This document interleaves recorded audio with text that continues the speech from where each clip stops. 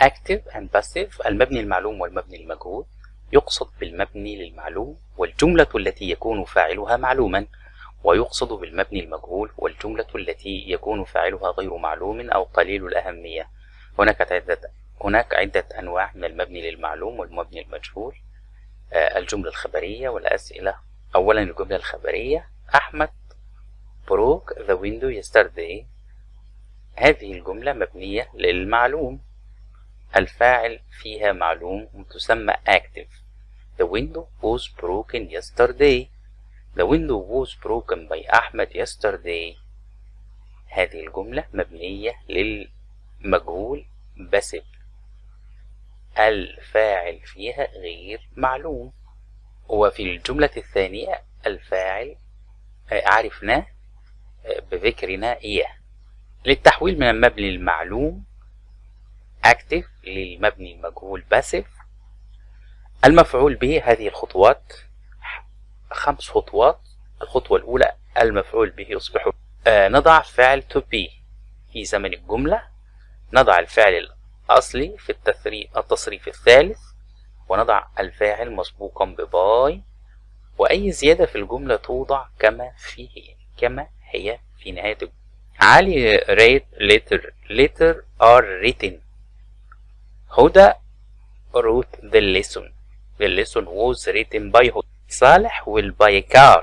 A car will be bought by Saleh. Khalid is helping Ahmed. Ahmed is being helped. She has eaten the apple. The apple has been eaten.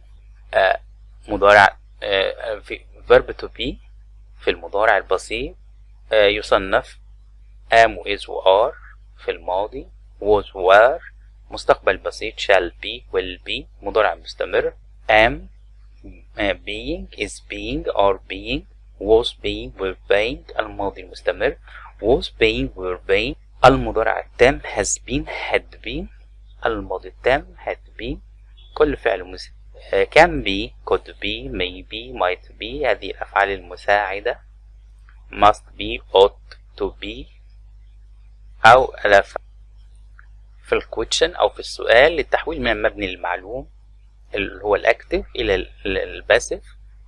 الخطوات: المفعول به بيصبح فاعل، بنضع verb to be، بنأتي بverb to be في نفس زمن السؤال، بنضع الفعل الأصلي في التصريف الثالث، بنضع الفاعل مسبوقا بباي، وأي زيادة في الجملة بتوضع في نهاية الجملة دون تغيير. Does أحمد write letter? Are letter written? Did he eat the cake? Was the cake? Will Ali buy a new car? Will a new car be bought? Why is he using a pen? Ahmed is being helped. Who broke the window? By whom the window was broken?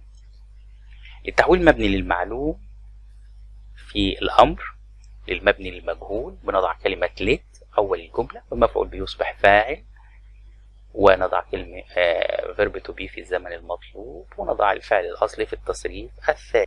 Write the lesson. Let the lesson be written. Open the door. Let the door be open. Send this letter to your friend. Send this letter to your friend. Let this letter be sent to your friend. Write the lesson. Let the lesson be written. Open the door. Let the door be opened. Send this letter to your friend. Let this letter be sent to your friend. قد تكون الجملة المراد تحويلها إلى المبني للمجهول منفية أو سؤال مزيل، لذا يجب المحافظة على صيغة هذا السؤال أو التسجيل عند التحويل إلى المبني المجهول. علي doesn't write letter. علي doesn't write letter. Letter are not written. Dickens wrote those novels, didn't he?